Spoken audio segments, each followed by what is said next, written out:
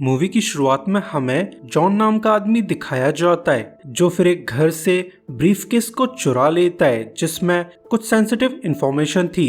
तो कुछ लोग उस ब्रीफकेस को बाहर आने देना नहीं चाहते थे, जिस वजह से कुछ ठग्स जॉन की कार का पीछा करने लगते हैं, जो मौका पाते ही जॉन की कार पर अंधाधुंध गोलियां चला देते हैं, जिससे बेचारे जॉन की कार क्रैश हो जाती है। और जब जॉन को होश आता है तब वो मैक्सिको के हॉस्पिटल में मौजूद था। साथ ही जॉन को अपनी पहचान के बारे में कुछ भी याद नहीं आ रहा था, जिस बात पर वो पैनिक करने लगता है। मगर यहाँ पर एना नाम की लेडी मौजूद थी जो जॉन को शांत कराते हुए उसे तसल्ली देने लगती है कि वो असल में जॉन की वाइफ है। जो बात सुनकर जॉन काफी ज्यादा कंफ्यूज था। वहीं दूसरी तरफ एरिजोना में हमें डीए की यूनिट दिखाई जाती है जो कि उस घर की तलाशी लेने लगती है जहां से जॉन ने ब्रीफकेस को चुराया था। तो काफी सर्च के बाद उन्हें किसी भी तरह के एविडेंस नहीं मिलते हैं। जो बात जानकर यूनिट हेड ईथन काफी ज्यादा अपसेट था, जो जल्द से जल्द जॉन को ढूंढने के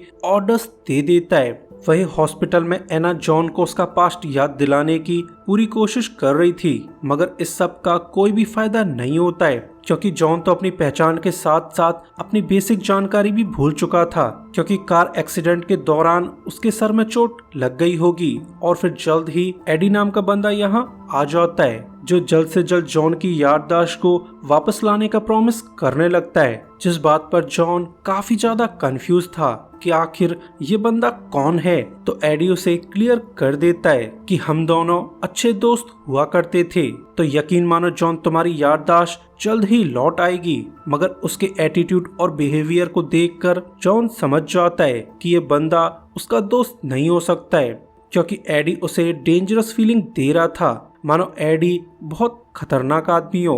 और ऐसा होता भी है क्योंकि एडी असल में जॉन का दोस्त होने के बजाय एक ड्रग कार्टेल का बॉस था जो कि जॉन को बेवकूफ बनाकर उस ब्रीफकेस को हासिल करना चाहता है जो कि जॉन ने चुराया था। मगर जॉन की याददाश्त जाने के बाद ये काम काफी ज्यादा मुश्किल हो चुका था, तो वो जॉन के डॉक्टर के पास जाकर उसे थ्रेटन करने लगता है कि तुम्हें जल्द से जल्द जॉन की याददाश्त को वापस लाना होगा, वरना तुम्हें तुम्हारी फैमिली के साथ ऊपर पहुंचा दिया जाएगा। जो बात सुनकर डॉक्टर की पूरी तरह से चटक जाती है और अब तक हमें एहसास हो चुका था जो भी जॉन से मिलने आ रहा है वो अच्छे लोग नहीं है। सभी लोग जॉन से उसके ब्रीफकेस को हासिल करना चाहते हैं। वहीं जॉन के वार्ड में एना उसे पास्ट के बारे में बता रही थी, पर तभी यहाँ पर डॉक्टर गार्जा आ जाते हैं जो जॉन को उसकी मेडिकेशन देना चाहते थे। मगर न जाने क्यों जब वो इंजेक्शन लगाने वाले थे तब जॉन को पुराना इंसिडेंट याद आने लगता है जहां बैड गाइज उस पर अंधाधुंध गोलियां चला रहे थे। तो वो हड़बड़ाहट में डॉक्टर पर हमला कर देता है क्योंकि डॉक्टर नॉर्मल मेडिसिन के बजाय किसी और ही चीज का इंजेक्शन देने वाला था, जिस वजह से यहाँ मौजूद दो आदमी जॉन पर हमला कर देते हैं जो कि हॉस्पिटल के अटेंडेंट होने के बजाय एडी के लिए काम किया करते थे, जिससे इनके बीच तगड़ी फाइट चालू हो जाती है। मगर जॉन जैसे तैसे करके उन लोगों को ठिकाने लगा देता है। साथ ही उसे शक होने लगा था कि इनफैक्ट एना उसकी वाइफ नहीं हो सकती, तो वो एना के पास जाकर उसे थ्रेटन करने लगता है जो जॉन को क्लियर कर देती है कि तुम्हें उन लोगों पर हमला नहीं करना चाहिए था क्योंकि वो लोग काफी ज्यादा डेंजरस हैं। मगर जॉन उसकी बात सुनकर काफी ज्यादा कंफ्यूज था कि आखिर एना इन ठग्स के बारे में कैसे जानती है। तो एना फाइनली उसे रिवील कर देती है कि ये गुंडे तुम्हारे दोस्त एडी के लिए काम करते हैं। जो बात जानकर जॉन हॉस्पिटल से भागने का प्लान करने लगता है, जिसके लिए वो एना को लेकर लिफ्ट में एंटर कर जाता है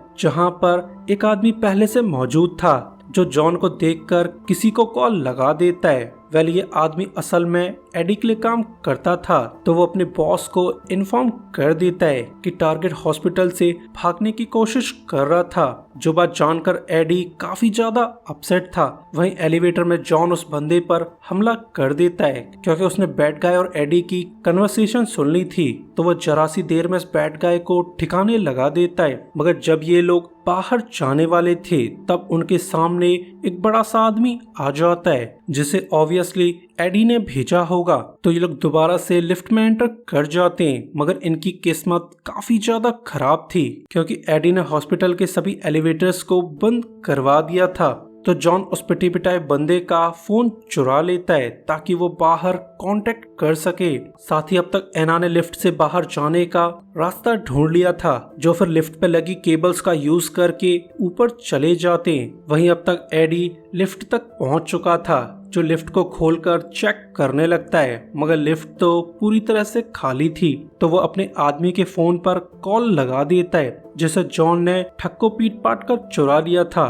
तो जॉन एडी से इस सब का रीजन पूछने लगता है, जिस पर एडी उसे क्लियर कर देता है कि तुम्हारे पास मेरी कोई चीज मौजूद है जिसे हर हाल में तुम्हें लौटाना होगा, वरना तुम्हें फुल फोर्स के साथ हंट किया जाएगा। मगर इस सब का जॉन पर जरा भी फर्क नहीं पड़ता है। जिसके बाद एडी के ठग्स हॉस्पिटल के सभी फ्लोर्स पर नजर रखने लगते हैं ताकि जॉन को जल्द से जल्द ढूंढा जा सके, और एडी खुद सिक्योरिटी सिस्टम का यूज करके सीसीटीवी फुटेज चेक करने लगता है। वहीं अब जॉन को शक होने लगा था कि एना भी इस सब में शामिल है, तो वो एना को कुर्सी से बांधकर उसे इंटेरोगेट करने लगता है। तो एना उसे रिवील कर देती है कि तुम और एडी सच में पहले दोस्त हुआ करते थे, और फिर अचानक से तुमने एडी का सामान चुरा कर उसे बिट्रे कर दिया था। जो वह जॉन को समझ नहीं आती है कि आखिर वो किस तरह का काम किया करता था। तो एना उसे क्लियर कर देती है कि तुम एडी के साथ एक ड्रग कार्टेल को रन किया करते थे। जो बात सुनकर जॉन को फ्लैशबैक आने लगते हैं, जहां वो एडी के साथ ड्रग्स को एंजॉय कर रहा था। तो ये सब याद आने पर जॉन काफी ज्यादा अपसेट था, क्योंकि उसे तो भरोसा ही नहीं हो रहा था कि वो असल में एक ड्रग डीलर है। तो एना उसे शांत कराने की कोशिश करने लगती है, मगर जॉन को उसकी बातों पर जरा भी भरोसा नहीं होता है, क्योंकि जॉन के फ्लैशबैक में उसकी लवर मौजूद थी, जो दिखने में एना जैसी तो नहीं लगती है। तो वो एना को यहीं छोड़कर बाहर चला जाता है ताकि वो बैड गाइज को मारते हुए एडी तक पहुंच सके, जिसके लिए वो एक ठग को मार मूर कर उसकी गन चुरा लेता है। और फिर यहाँ पर तगड़ी वाली गन फाइट चालू हो जाती है, मगर गुंडों की तादाद कुछ ज्यादा ही थी, जिनसे बचने के लिए जॉन अपने वार्ड में जाकर छुप जाता है, जहाँ पर जॉन का बाकी सामान मौजूद था। तो उसे अपने वॉलेट में एक नंबर मिल जाता है, जिसे देखकर जॉन को कुछ फ्लैशबैक आने लगते हैं, मानो ये नंबर उसके लिए काफी ज्यादा इम्पोर्टेंट हो। मगर वो संभल पाता उससे पहले ही एक बंदा यहाँ आ जाता है, जो मौके का फायदा उठाकर जॉन में किसी तरह का ड्रग इंजेक्ट कर देता है, जिससे बेचारे जॉन की हालत खराब होने लगती है। मगर वो ऐसी हालत में भी बैड गाय की ठुकाई लगा देता है, मगर उसके बाहर जा पाने से पहले ही कुछ बैड गायस यहाँ आ जाते हैं, जिन्हें जॉन थाली प्लेट से पीट पाट कर खत्म कर देता है। मगर उसे बाहर जाते वक्त एडी का बड़ा सा बंदा देख लेता है, जो जॉन को फॉलो करते हुए किचन तक पहुंच जाता है, जहां पर जॉन को उसकी प्रेजेंस के बारे में अंदाजा हो चुका था। मगर वो बड़ा सा बंदा आसानी से जॉन को ढूंढ लेता है, जिससे इन दोनों के बीच तगड़ी फाइट चालू हो जाती है, जिसमें वो बंदा जॉन की बुरी तरह से मार लगाने लगता है। मगर जो भी हो, जॉन मूवी का हीरो था, जो जैसे तैसे करके इस बंदे का भी खून कर देता है। मगर अब जॉन की हालत बद से बदतर हो चुकी थी, तो वो धीरे धीरे वापस जाने लगता है। पर तभी यहाँ पर डॉक्टर गार्जा आ जाते हैं, जिसे देखकर जॉन फुली अलर्ट हो जाता है। तो गार्जा उसे भरोसा दिलाने लगता है कि मैं असल में एडी के लिए काम नहीं करता हूँ, बल्कि मैं तो तुम्हें प्रोटेक्ट करना चाहता हूँ। जिस बात पर जॉन काफी ज्यादा अपसेट था, तो डॉक्टर उसे क्लियर कर देता है कि हॉस्पिटल असल में ड्रग कार्टेल को बिलोंग करता है, जो बात मुझे बिल्कुल भी पसंद नहीं आती है। मगर अब हम पूरी तरह से मजबूर हो चुके हैं, क्योंकि एडी ने हमारे फैमिलीज पर नजर बनाई हुई है, जिसके एक ही इशारे पर हमारी फैमिली को खत्म कर दिया जाएगा। तो ये सब जानने के बाद जॉन गार्जा से इस सारे मैटर का रीजन पूछने लगता है, जिस पर डॉक्टर उसे रिवील कर देता है कि तुमने असल में जनरल मोंटाओ का एक ब्रीफकेस चुरा लिया था, जो कि असल में मैक्सिकन आर्मी का चीफ है, यानी डायरेक्टली या इनडायरेक्टली सभी ड्रग कार्टेल्स जनरल के लिए काम कर रहे हैं। यानी तुम्हारी दुश्मनी एडी के बजाय मैक्सिकन जनरल से है, जो हर हाल में अपने ब्रीफकेस को पाना चाहता है। और ऐसा कहते हुए डॉक्टर जॉन को एक तरह की मेडिकेशन इंजेक्ट कर देता है, जिससे जॉन को पूरी तरह से होश आ जाता है। वहीं अब तक एडी की पूरी तरह से सनक चुकी थी, जो गुस्से में पूरे हॉस्पिटल को लॉकडाउन करवा देता है। मगर इस सब का जॉन पर जरा भी असर नहीं पड़ता है, जो अपने सैटेलाइट फोन से उस नंबर पर कॉल लगा देता है, जो उसे अपने वॉलेट में मिला था। एंड सरप्राइजिंगली ये नंबर डीए एजेंट ईथन का था, जो जॉन की आवाज सुनते ही उसे गालियां बकने लगता है कि तुम हमें धोखा कैसे दे सकती हो, तुम तो हमें एक सेंसिटिव इंफॉर्मेशन वाला ब्रीफकेस देने वाले थे। जिस बात को सुनकर जॉन को एहसास हो जाता है कि प्रोबेबली वो एक डीए एजेंट है जिसने एडी के कार्टेल को इन्फिल्ट्रेट कर रखा होगा। तो वो कुछ सोचकर फोन काट देता है, मगर अब उसे कुछ भी समझ नहीं आ रहा था। तो वो बाकी की जानकारी लेने के लिए एना के पास चला जाता है, जहां एना उसे फिर से क्लियर कर देती है कि तुम और एडी मैक्सिकन जनरल के लिए काम किया करते थे, जहां तुम एक ब्रीफकेस को लेकर जनरल तक पहुंचाने वाले थे, मगर तुमने तो उन्हें पहले से ही बिट्रे कर दिया था, जहां तुम जनरल का ब्रीफकेस लेकर गायब हो गए थे। मगर वो अपनी बातों को पूरी कर पाती उससे पहले ही एडी के गुंडे यहाँ आ जाते हैं, जिससे इन लोगों के बीच तगड़ी फाइट चालू हो जाती है। मगर जॉन जैसे तैसे करके बैड गाइज से पीछा छुड़ा लेता है, जो अब कैसे भी करके हॉस्पिटल से बाहर जाना चाहता था। तो वो लोग कुछ सोचकर वेंटिलेशन सिस्टम से बाहर जाने लगते हैं, मगर इनकी किस्मत काफी ज्यादा खराब थी, क्योंकि इसी समय जॉन के फोन पर किसी का कॉल आ जाता है, जिसकी रिंगटोन को गुंडों ने भी सुन लिया था। तो जॉन मजबूर होकर वेंट्स के थ्रू दूसरे रूम में एंटर कर जाता है, जहां पर एडी का राइट हैंड मैन डिएगो मौजूद था।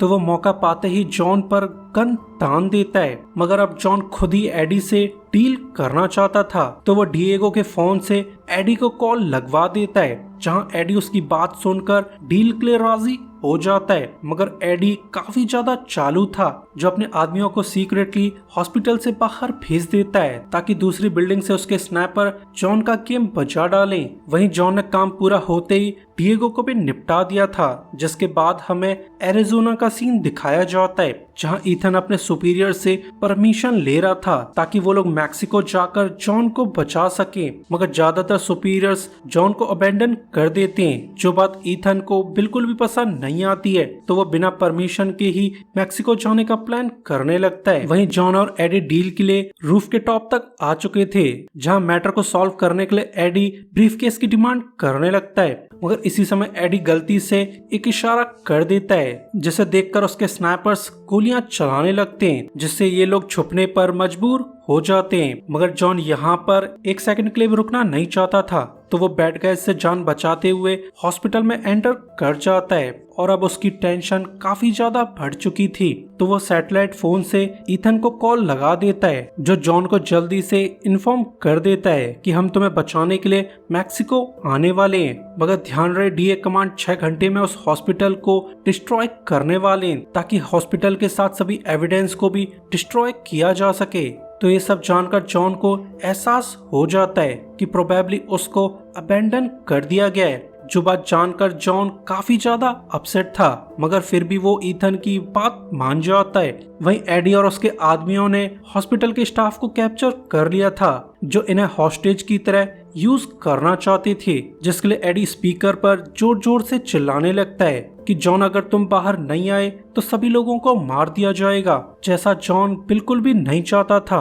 तो वो एडी से लड़ने के लिए बाहर जाने लगता है, मगर एना यहाँ आकर उसे रोक लेती है। एंड सरप्राइजिंगली एना एक सीआईए एजेंट थी, जो ऑब्वियसली जॉन से ब्रीफकेस को हासिल करना चाहती थी, जो बात जानकर जॉन की पूरी तरह से सनक जाती है। मगर वो कुछ सोचकर एना की जान बख्श देता है, जो सब देखकर न जाने क्यों एना काफी ज्यादा दुखी थी। जिसके बाद जॉन एडी के गैंग से फाइट करने लगता है, जिससे इन लोगों के बीच तगड़ी गन फाइट चालू हो जाती है। और इसी मौके का फायदा उठाकर डॉक्टर गार्जा एक ठग पर हमला कर देता है, जो कि हॉस्टेजेस पर नजर रख रहा था। यानी गार्जा की बहादुरी से सभी हॉस्टेजेस की जान बच चुकी है। वहीं जॉन ने अब तक एडी के सभी गुंडों का सफाया कर डाला था, मगर इस समय वो भी इंजर्ड हो चुका था। तो फाइनल फाइट के दौरान एडी उस पर भारी पड़ने लगता है, मगर जब एडी जॉन को मारने वाला था तब एना यहाँ पर आ जाती है, जो लास्ट मोमेंट पर एडी को गोलियों से भून देती है, जिससे जॉन की जान बच जाती है। साथ ही जॉन को याद आ जाता है कि एना इनफैक्ट उसकी वाइफ है, जो शुरुआत से ही उसे प्रोटेक्ट कर रही थी। तो ये सब जानकर जॉन काफी ज्यादा शर्मिंदा था, जिसके लिए एना बड़ी आसानी से उसे माफ कर देती है। वैसे एना ने इस सब में उस ब्रीफकेस को भी ढूंढ लिया था, जो कि पूरे टाइम डॉक्टर गार्जा की सेफ में रखा हुआ था। प्रोबेबली जब जॉन को हॉस्पिटल लाया गया था तब गार्जा ने उस ब्रीफकेस को चुरा लिया होगा। तो सारा मैटर खत्म होने के बाद ये लोग बाहर जाने लगते हैं। साथ ही वो लोग एडी के बचे हुए गुंडों का भी सफाया कर डालते हैं। वहीं हॉस्पिटल के बाहर ईथन की यूनिट आ चुकी थी जो ऑब्वियसली जॉन को एक्सट्रैक्ट करना चाहती थी। तो जॉन और एना बिना हेजिटेशन के कार में जाकर बैठ जाते हैं, मगर अंदर की सिचुएशन देखकर जॉन को शक होने लगता है क्योंकि एजेंट ईथन की नजर उसके बजाय ब्रीफकेस पे थी। ऑब्वियसली वो जॉन को बचाने के बजाय ब्रीफकेस लेने के लिए मैक्सिको आया हुआ था। तो जॉन को एहसास हो जाता है कि प्रोबेबली ईथन भी एक ट्रेटर है। तो ईथन उसे क्लियर कर देता है कि शुरुआत से ही वो इस ब्रीफकेस को हासिल करना चाहता था क्योंकि ब्रीफकेस में कुछ ऐसे डॉक्यूमेंट्स हैं जिसका यूज करके वो काफी ज्यादा पावरफुल बन सकता है। मगर जॉन कुछ एक्शन ले पाता उससे पहले ही बैड गाइज जॉन पर गन तान देते हैं। तो जॉन ये देखकर दंग रह जाता है कि एना ने भी उस पर गन तान दी थी, मगर एना उसे इशारा कर देती है कि मैं अभी भी तुम्हारे साथ हूँ। तो जॉन ईथन से ब्रीफकेस के कंटेंट के बारे में पूछताछ करने लगता है जिस पर ईथन उसे क्लियर कर देता है कि इस ब्रीफकेस में सेंसिटिव डॉक्यूमेंट मौजूद है जिसके बाहर आ जाने से पॉलिटिशियंस और पावरफुल लोग बर्बाद हो सकते हैं और इन्हीं लोगों में मैक्सिकन जनरल भी शामिल था जिस वजह से वो इस ब्रीफकेस को हासिल करना चाहता था। जिसकी बात पूरा होते ही एना बैड गाइस को ठिकाने लगा देती है। जो सब देखकर ईथन काफी ज्यादा शॉक था, मगर वो कुछ कर पाता उससे पहले ही जॉन ईथन का हैप्पी बर्थडे कर देता है जिसके बाद ये दोनों फुल स्टाइल में कार से बाहर चले जाते हैं। ऑब्वियसली वो इस बैग को किसी को भी देना नहीं चाहते थे क्योंकि इस ब्रीफकेस का कंटेंट यूज करके बहुत से बुरे काम किए जा सकते हैं और इसी के साथ ये मूवी एंड हो जाती है। सो गाइस वीडियो के लिए लाइक और सब्सक्राइब कर दीजिए।